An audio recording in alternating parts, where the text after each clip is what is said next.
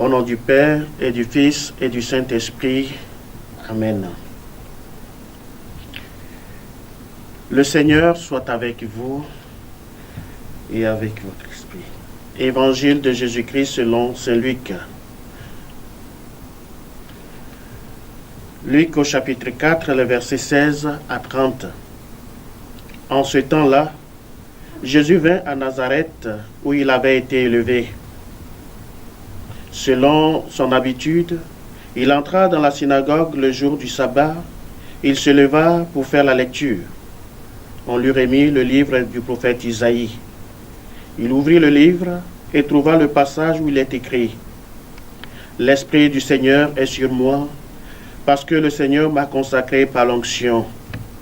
Il m'a envoyé porter la bonne nouvelle aux pauvres, annoncer aux captifs leur libération, et aux aveugles qu'ils retrouveront la vue, remettre en liberté les opprimés, annoncer une année favorable accordée par le Seigneur. » Jésus referma le livre, le rendit aux servants et s'assit. Tous dans la synagogue avaient les yeux fixés sur lui. Alors, il se mit à leur dire « Aujourd'hui s'accomplit ce passage de l'Écriture que vous venez d'entendre. » Tous lui rendaient témoignage et s'étonnaient des paroles de grâce qui sortaient de sa bouche. Il se disait, n'est-ce pas là le fils de Joseph? Mais il leur dit, sûrement vous allez me citer le dicton, médecin, guéris-toi toi-même, et me dire, nous avons appris tout ce qui s'est passé à Capharnaüm. Fais donc de même ici dans ton lieu d'origine. Puis il ajouta, Amen, je vous le dis. Aucun prophète ne trouve un accueil favorable dans son pays. En vérité, je vous le dis. Au temps du prophète Élie, lorsque pendant 3 ans et demi, le ciel retint la pluie et qu'une grande famine se produisit sur toute la terre, il y avait beaucoup de veuves en Israël. Pourtant, Élie ne fut envoyé vers aucune d'entre elles, mais bien dans la ville de Sarepta, au pays de Sidon, chez une veuve étrangère.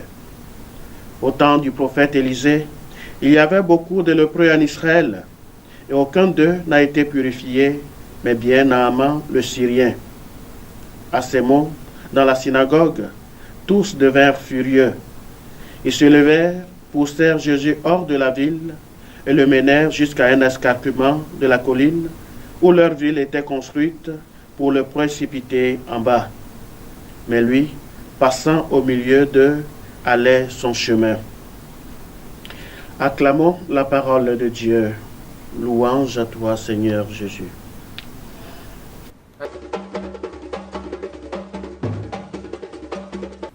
Chers frères et sœurs, chers chrétiens, loué soit Jésus-Christ. L'évangile de ce jour nous est riche en enseignements. J'aimerais aborder cet évangile sur 2 aspects. Le premier élément va concerner la ville d'origine de Jésus et ses compatriotes. Et ensuite, le deuxième élément, la réaction de Jésus face à l'incrédulité de ses compatriotes. Jésus se trouve dans son pays. Tous ceux qui l'écoutent dans ce lieu à Nazareth, dans la synagogue, l'ont vu grandir. Et ils s'étonnent que des paroles de grâce sortent de la bouche de celui-là qu'ils ont connu, qu'ils ont vu grandir.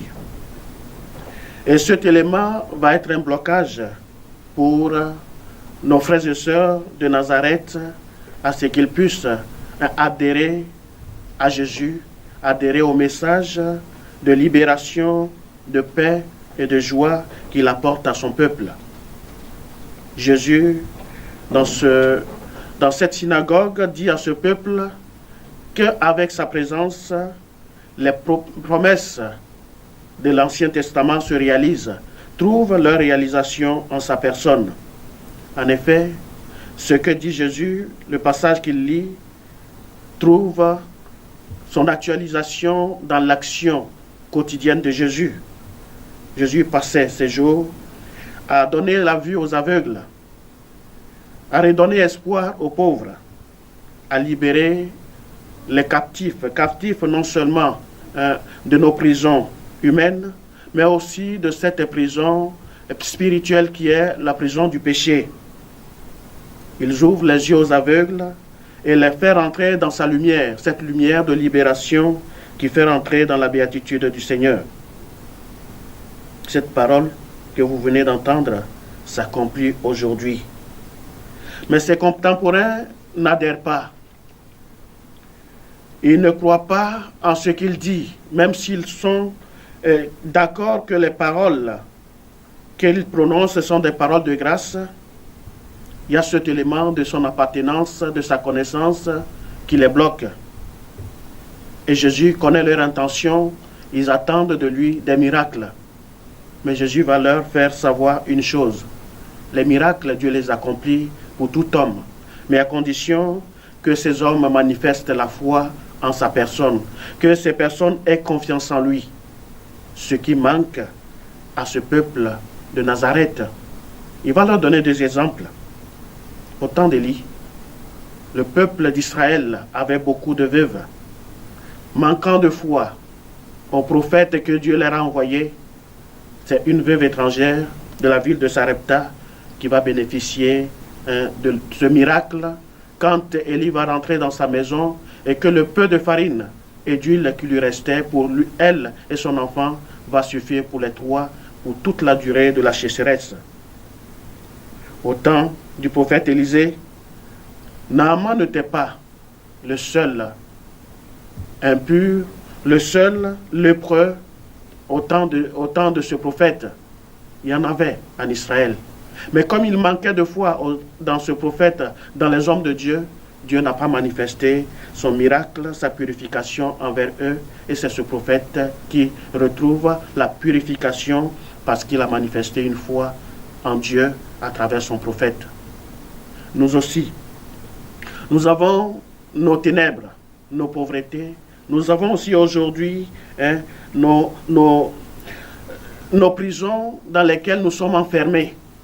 Jésus nous dit qu'aujourd'hui, avec sa présence dans notre vie, ces liens sont déliés. Nous sommes libérés. Libérés, et si nous attendons une libération de Jésus, il faudrait que nous ayons la foi en lui, que nous nous attachions à lui, que nous ayons confiance en lui. En le faisant, nous serons nous aussi bénéficiaires de l'action de grâce, des miracles et des bienfaisances de l'Éternel, comme cette veuve de Sarepta ou de Naaman le lépreux. Autre chose, la parole de Dieu qui est proclamée, c'est cette parole-là qui libère.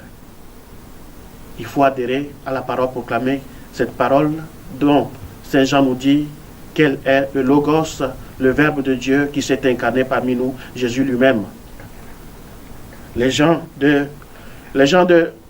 Nazareth ont voulu arrêter l'évolution de cette parole.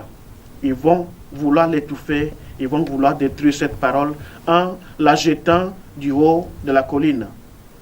Mais la parole de Dieu vivante, Jésus-Christ, va passer au milieu d'eux et continuer.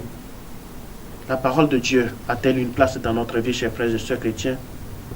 Quelle place donnons-nous à cette parole? Nous sommes invités, comme deuxième élément, à adhérer à Jésus, qui devient la parole vivante qui est libération et vie dans notre existence. Pour finir, l'Évangile nous donne un exemple à suivre. Quand nous entrons dans nos églises, dans nos célébrations eucharistiques, et que la parole de Dieu est proclamée, nous devons oser nous dire à nous-mêmes, aujourd'hui cette parole s'accomplit dans ma vie. Et pouvoir la dire aussi dans la vie de nos frères, cette parole de Dieu que nous venons d'entendre s'accomplit dans ta vie aussi. Que le Seigneur, dans sa grande miséricorde, nous exauce et nous donne de donner une place importante à sa parole dans notre vie, cette parole qui nous donne vie, cette parole qui nous libère. Amen. Prions le Seigneur. Ceux que tu fortifies, Seigneur, par le pain vivant, forme-les aussi par l'enseignement du Christ, pour qu'à l'exemple de Saint Grégoire, la connaissance de ta vérité les fasse vivre dans ton amour. Par Jésus, le Christ, notre Seigneur. Amen.